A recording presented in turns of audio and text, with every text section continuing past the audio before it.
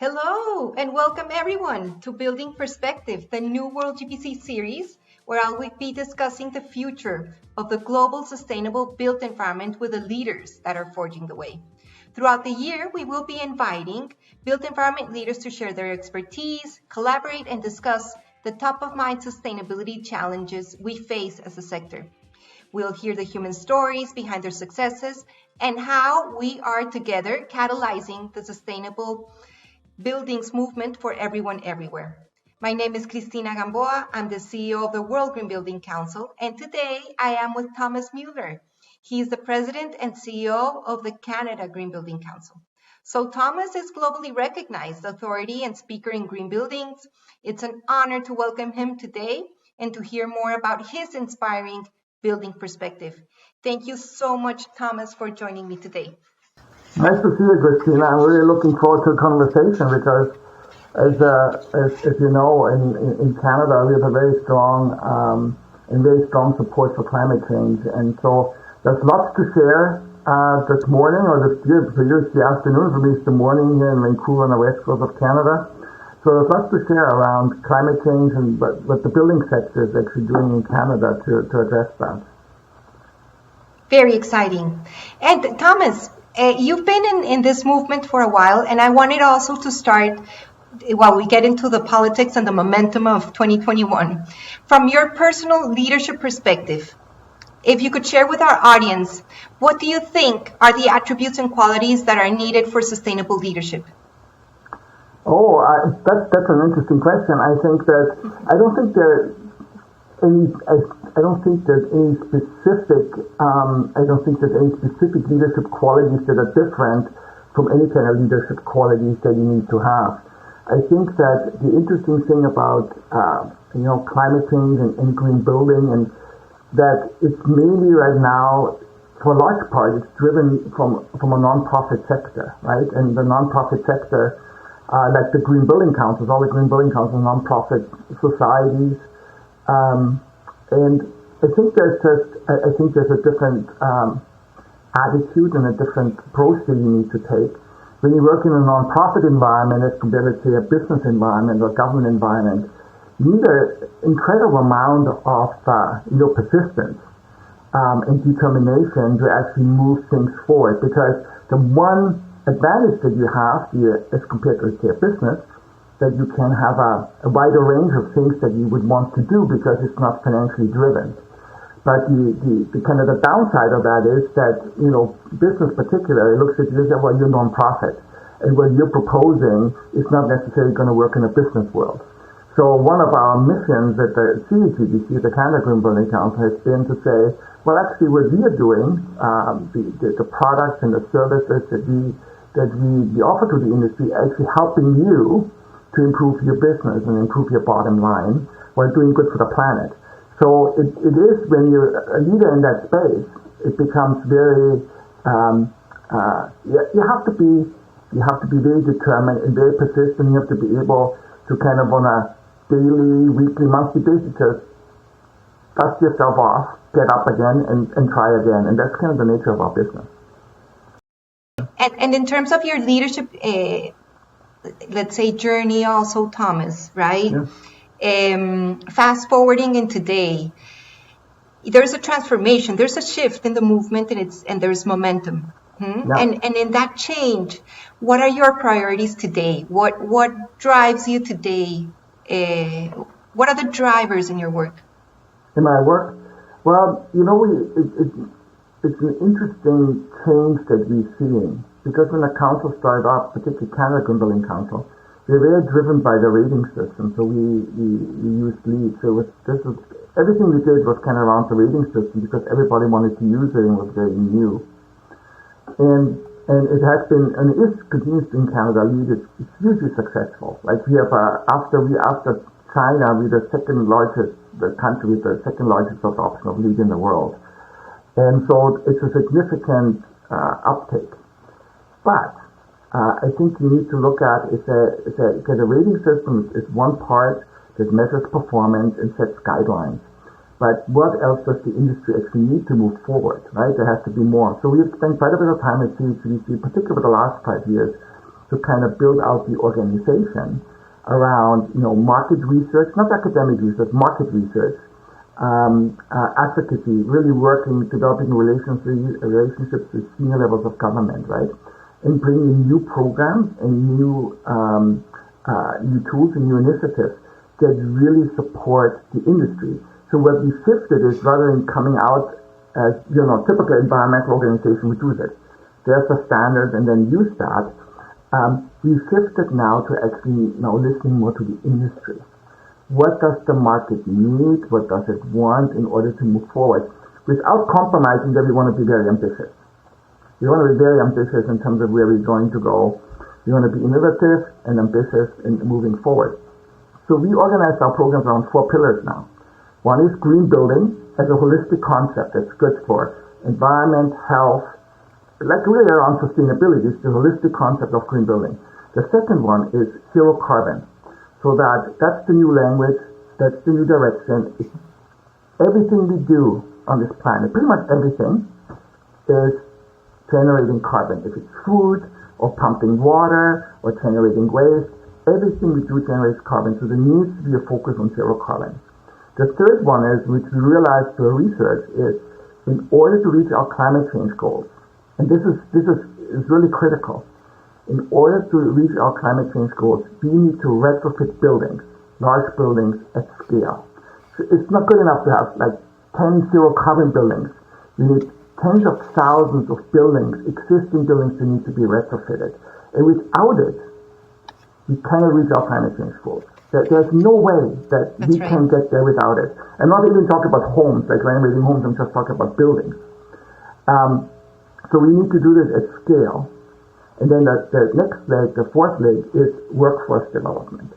The workforce development is critical because we found in Canada, and it might be similar in other parts of the world, is that many,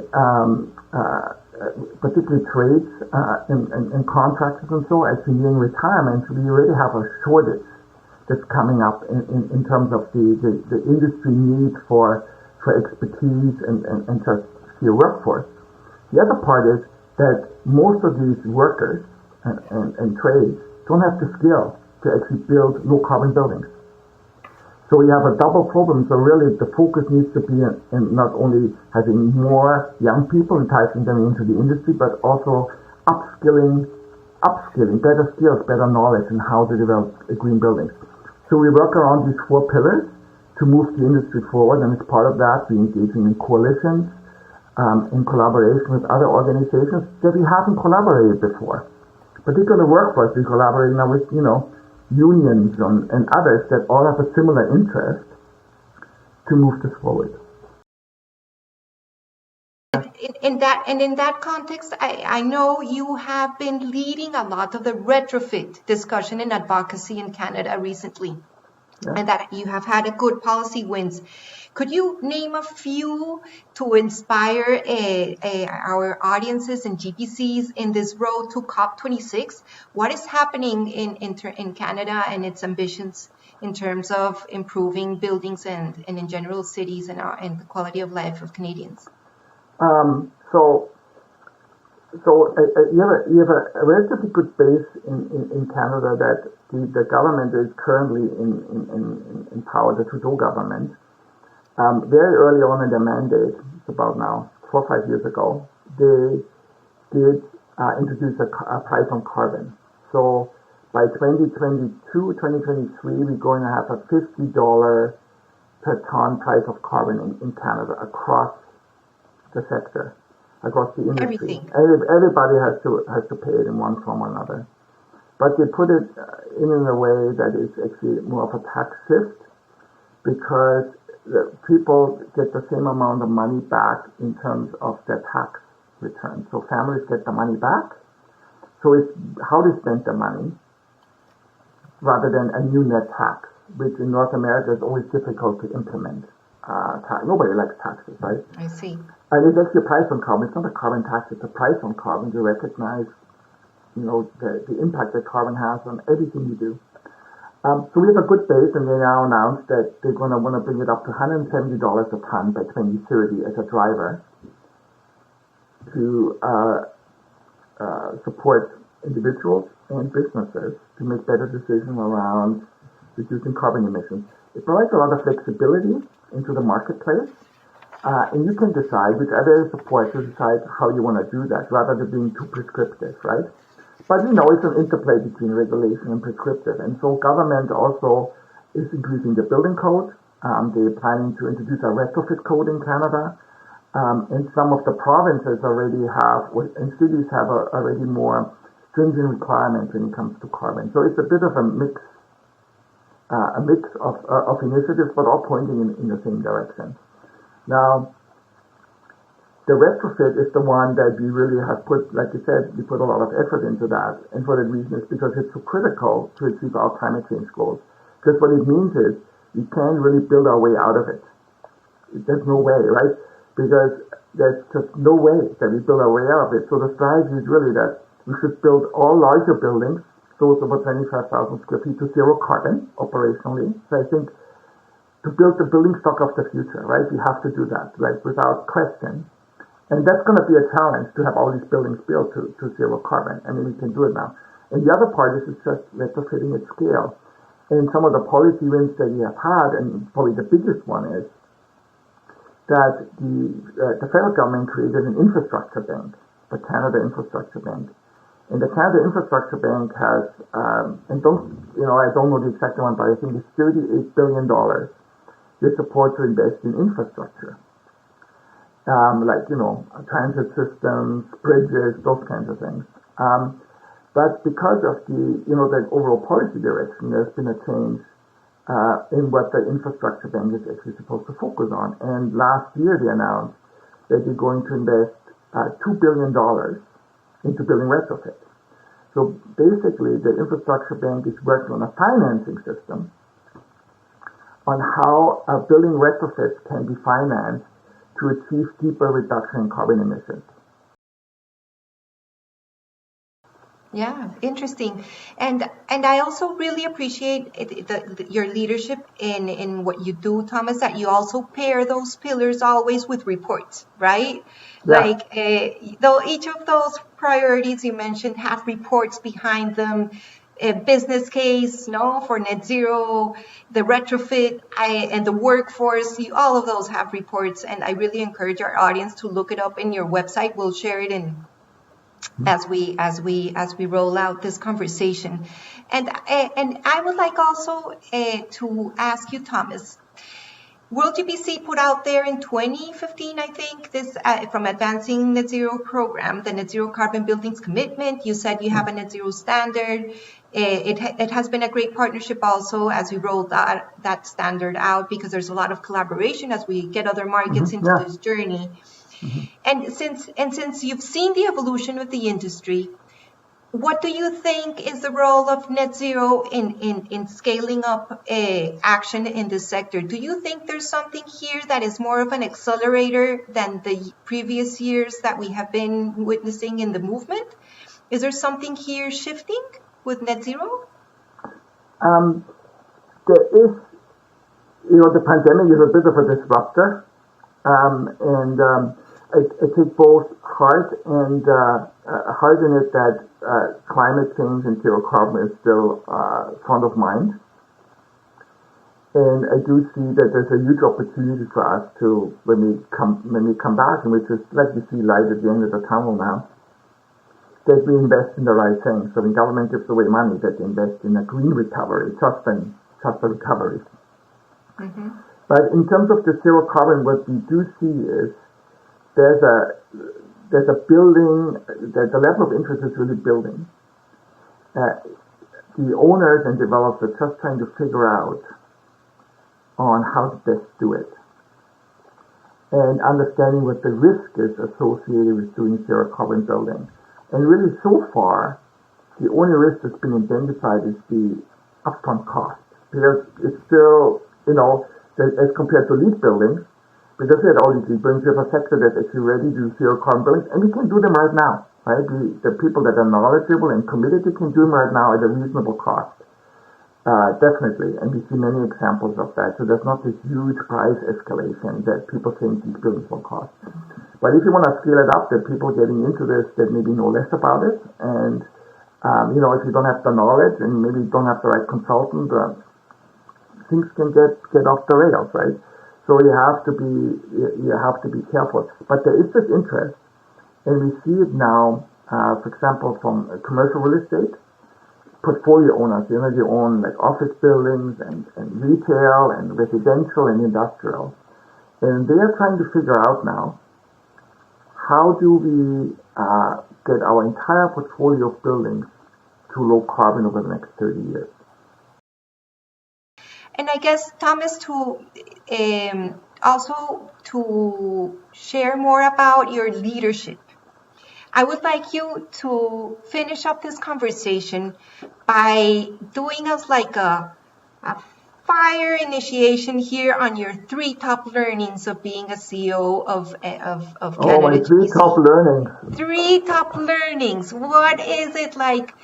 It's what we've spoken about today. I find it very fascinating, and what the amplitude of your work and your influence is so inspiring. But in the day-to-day, you run a business, right? You also run a business. And there's a lot of work in getting to be influential in advocacy too. So I think 3 things for our community to follow your advice on, what would it be? That's interesting. So I would say, when I worked on Prestige GBC, and I'm here for a while, so I had an opportunity to see the highs and the lows of the typical what nonprofits go through, or any business goes through. Mm-hmm. I think one of the top things for me was that the organizations of GBC needed to be credible. They needed to have a high level of credibility, and that needed to be continue over time. So it's how you present yourself to the world. It depends what programs do you offer. It depends what kind of board do you have, who speaks on your behalf. So I think maintaining our credibility was and continues to be the top consideration for me, because you are exposed in any given year or month to outside influences and changes and so on. But you need to maintain your credibility, and for us, maintaining the credibility has really paid off. It's paying off in terms of who we work with, who runs for our board. We have very high quality board members, big organizations that are our members and be a part of that. So I think that was one of the main considerations. The other one for me is that the Green Building Council, our Green Building Council, is unique in that we consider to be an environmental nonprofit, but we're really not. We're more like an industry-led nonprofit. So it's the industry that actually came to the table and said, we actually want to make that change. Nice and I think that is we never had even though I appreciate the way, we never had the World Wildlife Fund of our board or David Suzuki Foundation or any of these organizations. We are an industry-driven organization. So it's the industry wanting to find a solution for the industry.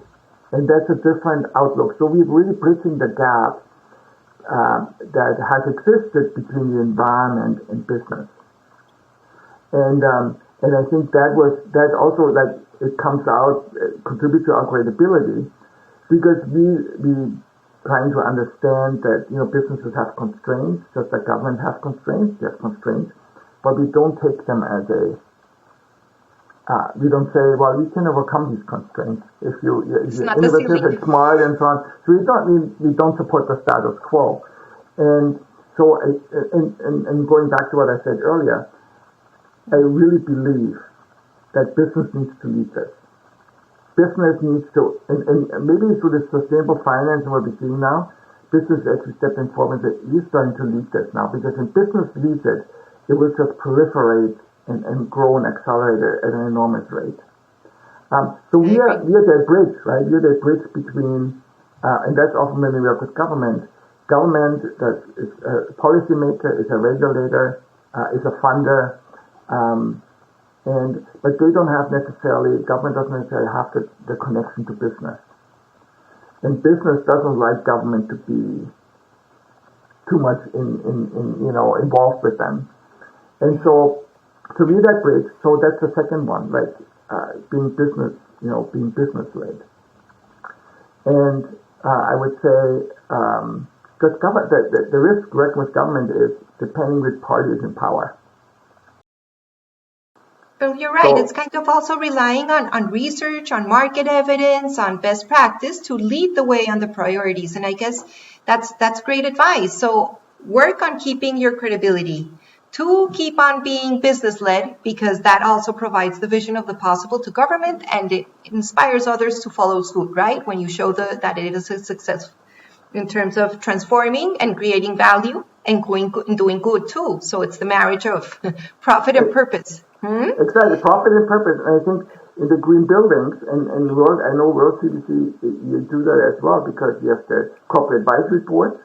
You're getting more and more of companies involved in your operation, in your business. I think it's hugely important. I think green buildings councils have always been a different breed of environmental organization. They're more business oriented. And I think it's really, really important, because there's no benefit of being the enemy of business. There's no benefit. The only thing you achieve is that you can have a conversation, you can talk. You have to, even like we have companies that work with, and some people they call me and say, why are you working with these companies? Like they're bad, right? They're bad companies. I say, well, they need to change. If I don't talk to them, how are they going to change? Because you scream at them, you protest at them, that only goes so far. You have to find solutions, right? You have to. Maybe I'm sound too idealistic, but the participation of these companies in Canada on the real estate side and other sectors coming in shows that they understand what we're trying to do, and they're becoming part of it. And that they are committing to act, right? Because it's also, because being a member of a GBC is also committing to contributing and doing something about it. Exactly. I guess that's also the success. Finding a solution, yeah. And collaborating collectively to bring all stakeholders, do away with conservative practices, and embrace an agenda of growth and innovation that does good to nature, as we both share our passion to do that in our day-to-day jobs. Thank you, Thomas, so much for your time. It was so nice speaking with you. Thank you, and I hope we get another run in this Building Perspective interview series. And I hope to see you in person soon.